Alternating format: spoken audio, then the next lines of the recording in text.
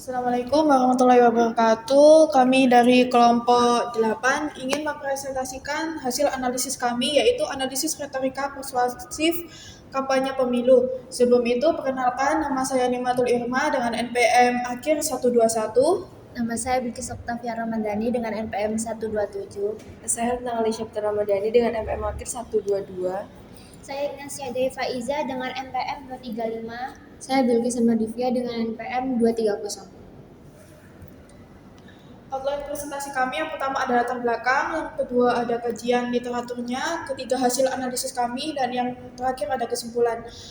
Nah, latar belakang teori retorika persuasif Aristoteles ini dalam buku Ajar Retorika oleh Sulistiani dan Zainal 2020. Teori ini tuh muncul di Yunani kuno di abad pertengahan sekitar abad ke-5 sebelum Masehi, berkembang ketika kaum sofis Yunani mengembara untuk mengajarkan pidato yang berusaha untuk membujuk rakyat demi menang pemilihan. Lalu berkembanglah pidato yang memutarbalikkan fakta agar khalayak itu mempercayai atau tertarik. Teori retorika persuasif Aristoteles ini menjelaskan ada 3 unsur. Yang pertama yaitu etos, kepercayaan terhadap karakter pembicara. Yang kedua, patos, sentuhan emosi pada pendengar. Dan ketiga, ada argumen yang logis dan berbasis oleh fakta. Ketiganya ini berperan dalam mempengaruhi dan membujuk publik.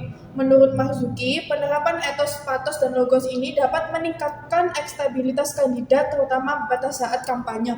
Namun, retorika ini sering disalahgunakan melalui teknik manipulatif atau logical fallacy seperti straw man, false dilemma, dan ad hominem. Teknik ini memang efektif menarik simpati jangka pendek, tetapi beresiko menyesatkan opini publik serta memperkuat polarisasi masyarakat. Adapun penerapan teori retorika persuasif Aristoteles ini tampak nyata dalam kampanye Prabowo Gibran di GBK, Jokowi GBK 2019, dan SBY JK di Senayan.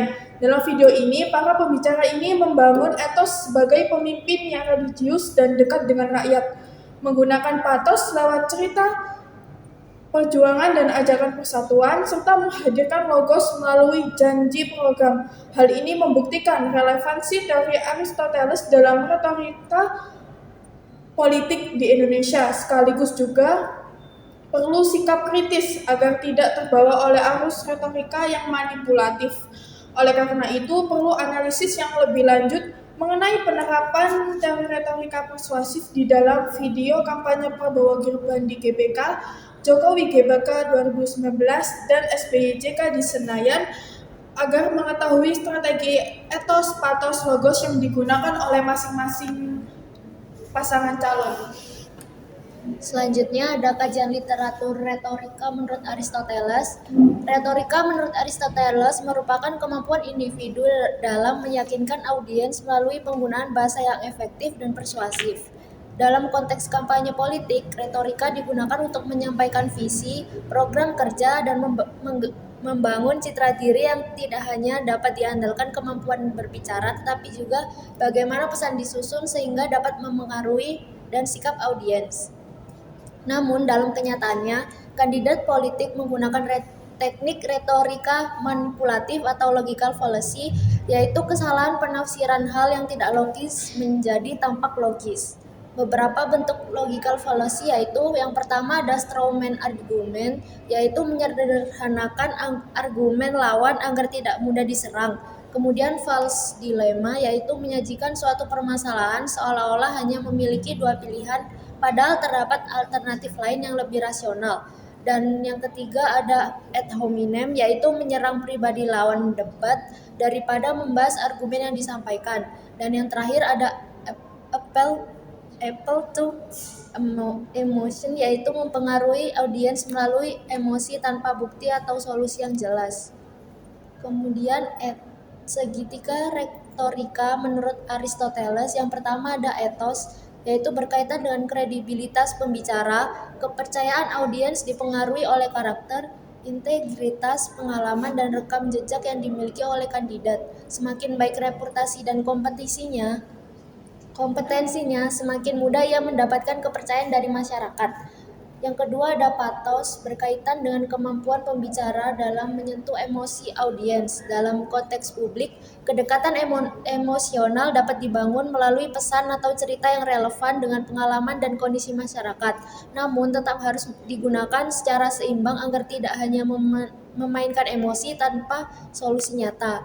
Dan yang terakhir ada logos, berkaitan dengan penggunaan argumen yang logis dan didukung oleh data atau fakta. Penyampaian gagasan yang rasional serta berbasis bukti dapat memperkuat keyakinan audiens terhadap pandangan yang disampaikan. Selanjutnya hasil analisis Joko Widodo. Yang pertama etos-nya. Dalam orasi Jokowi di GBK tersebut, ia membangun etos bagaimana pernah memimpin pemerintahan mulai dari lingkup terkecil hingga menjadi presiden selama 1 periode. Ia juga menyinggung tentang capaian pembangunan selama masa pemerintahannya dan digunakan sebagai strategi untuk memperkuat personal brandingnya di hadapan publik dan meminta validasi oleh masyarakat. Bahasa yang sederhana memperkuat personal branding sebagai pemimpin yang dekat dengan masyarakat. Cara komunikasinya itu menggunakan bahasa yang sederhana sehingga menampilkan citra yang dekat dengan masyarakat dan menampilkan karakter kepemimpinan yang tidak ada gap dengan masyarakat. Contoh kalimat yang diberikan Jokowi untuk etos, saya alhamdulillah bersyukur bahwa memulai karir politik dan pemerintahan itu dimulai dari yang terkecil sebagai wali kota 2 periode, kemudian naik sebagai gubernur di DKI Jakarta, kemudian naik lagi sebagai presiden yang sudah berjalan 4,5 tahun ini. Kemudian pathos, ia menekankan pentingnya persatuan bangsa dan optimisme terhadap masa depan Indonesia. Pesan emosional ini diperkuat melalui interaksi dengan massa di Stadion GBK seperti tepuk tangan, sorakan, dan seruan yang diikuti oleh audiens. Nah, kalimat yang digunakan mengandung optimisme untuk masa depan Indonesia dan respon dari masyarakat itu sangat emosional dan sangat semangat terhadap orasi dari Jokowi ini. Nah, contoh dari pathosnya, kita memastikan 5 tahun ke depan insya Allah negara kita akan lebih kuat ekonominya untuk para petani, nelayan, guru-guru, dokter, pegawai negeri, TNI, Polri, seniman, pekerja kreatif, pengusaha kecil hingga besar, anak-anak muda, ibu-ibu, dan bapak-bapak semuanya. Selanjutnya yang terakhir logos, Jokowi menyampaikan berbagai pembangunan dan bantuan pemerintah sebagai bukti keberhasilan dari kebijakannya selama masa kepemimpinannya. Argumennya tidak disampaikan secara akademis, tetapi disampaikan dengan bahasa yang sederhana supaya mudah dipahami oleh masyarakat yang beragam. Jokowi tidak menggunakan aspek yang juga sistematis maupun akademis karena ia mengetahui bahwa audiensnya itu sangat banyak dan berbagai dari kalangan masyarakat sehingga dia menggunakan bahasa yang sederhana. Contohnya, kita harus pastikan hidup kita itu lebih baik dari hari ini untuk 5 tahun ke depan dengan semangat yang menggebu-gebu. Selanjutnya ada hasil analisis Prabowo. Yang pertama ada etos. Prabowo menampilkan dirinya sebagai pemimpin yang berpengalaman dan siap mengabdi kepada rakyat. Ia juga menyampaikan bahwa perjuangan mereka dilakukan untuk kepentingan bangsa sehingga membangun citra pemimpin yang bertanggung jawab. Hal ini membangun kepercayaan publik terhadap kapasitas kepemimpinannya. Jadi untuk bukti kutipannya itu Prabowo berorasi, kita dipilih oleh rakyat, kami akan memimpin Indonesia, kami akan jadi presiden dan wakil presiden untuk seluruh rakyat Indonesia. Prabowo menegaskan legitimasi kepemimpinan yang berasal dari pilihan rakyat sehingga membangun citra pemimpin yang bertanggung jawab dan dipercaya publik. Selanjutnya ada pathos. Prabowo menggunakan bahasa yang membangkitkan semangat persatuan nasionalisme dan harapan masa depan Indonesia yang lebih baik terlihat ketika ia menegaskan bahwa kepemimpinan berasal dari pilihan rakyat dan ditujukan untuk seluruh masyarakat Indonesia. Bukti dari orasi Prabowo yaitu kita tidak boleh lengah, kita tidak boleh sombong, kita harus rendah hati, sopan santun, jangan mau diprovokasi, jangan curang, jangan menyakiti orang lain. Pernyataan ini menyentuh nilai moral dan emosi audiens, mengajak mendukung untuk bersikap rendah hati dan menjaga persatuan. Selanjutnya ada logos. Dalam pidatonya, Prabowo menegaskan komitmen untuk melanjutkan pembangunan dan meningkatkan kesejahteraan masyarakat. Argumen dapat ditunjukkan melalui penyampaian tujuan kebijakan seperti menghilangkan kemiskinan, menyediakan pendidikan, pekerjaan, dan perumahan bagi masyarakat. Nah, untuk bukti dari kutipan tersebut yaitu untuk menghilangkan kemiskinan dari bumi Indonesia, memberi makan kepada yang susah makan, memberi sekolah kepada yang susah sekolah, mencarikan pekerjaan yang layak, dan memberi rumah bagi yang belum punya rumah. Pernyataan ini menunjukkan argumen rasional mengenai tujuan kebijakan sosial dan ekonomi yang ingin dicapai.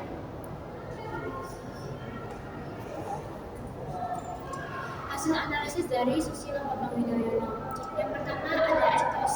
Citrus Surabaya sebagai Kapten Jenderal dan pejabat pemerintahan yang dianggap telah berpengalaman dalam melayani publik.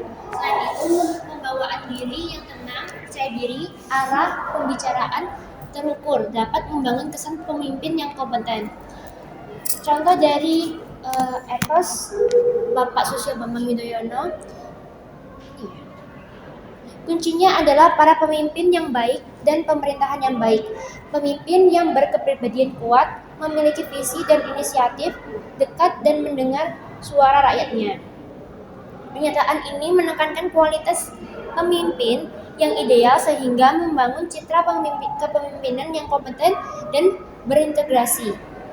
Terus selanjutnya ada patos, suasana kampanye meriah dengan musik, bernyanyi, dan interaksi dengan massa. Simbol merpati dan balon menunjukkan harapan untuk mewujudkan kemenangan yang bersih dan bermartabat dalam pemilu. Dapat membangkitkan emosi, semangat, dan rasa kebersamaan pendukung. Untuk contohnya, patos, kemenangan yang bersih dan kemenangan yang mulia adalah awal lahirnya pemilu yang baik. Kalimat ini membangkitkan emosi moral dan harapan masyarakat terhadap pemilu yang jujur dan bermartabat. Selanjutnya ada logos, penyampaian visi membangun Indonesia yang aman, adil, dan sejahtera, serta ajakan persatuan. Terlihat dari argumentasi bahwa pemimpin yang baik akan menghasilkan pemerintahan yang bersih, responsif, dan terbuka kepada masyarakat, memberikan alasan rasional kepada masyarakat untuk memilih kandidat. Contoh dari logos, pemimpin yang baik pasti membentuk pemerintahan yang baik, pemerintahan yang bersih, tanggap, terbuka, dan mau berkomunikasi dengan rakyat. Pernyataan ini menunjukkan argumentasi logis mengenai hubungan antara kualitas pemimpin dan kualitas pemerintahan. Kesimpulan dari presentasi ini, teori retorika persuasif Aristoteles yang menekankan 3 unsur utama yaitu etos, patos, dan logos masih sangat relevan dalam praktik komunikasi politik di Indonesia. Dalam kampanye yang dilakukan oleh Joko Widodo, Prabowo Subianto, dan Susilo Bambang Yudhoyono, ketiga unsur tersebut digunakan untuk membangun citra kepemimpinan yang kredibel atau etos, membangkitkan emosi serta semangat persatuan di kalangan pendukung atau patos, dan menyampaikan visi serta program pembangunan secara rasional atau logos. Hal ini menunjukkan bahwa retorika menjadi strategi yang penting dalam mempengaruhi opini dan dukungan publik dalam kampanye politik. Namun demikian, penggunaan retorika juga perlu disikapi secara kritis karena terkadang disertai teknik manipulatif seperti logical fallacy yang berpotensi menyesatkan pemahaman masyarakat. Oleh karena itu, pemahaman terhadap unsur etos, patos, dan logos penting agar masyarakat dapat menilai pesan politik secara lebih rasional dan tidak mudah terpengaruh oleh retorika yang bersifat manipulatif. Sekian presentasi dari kelompok 8. Terima kasih. Wassalamualaikum warahmatullahi wabarakatuh.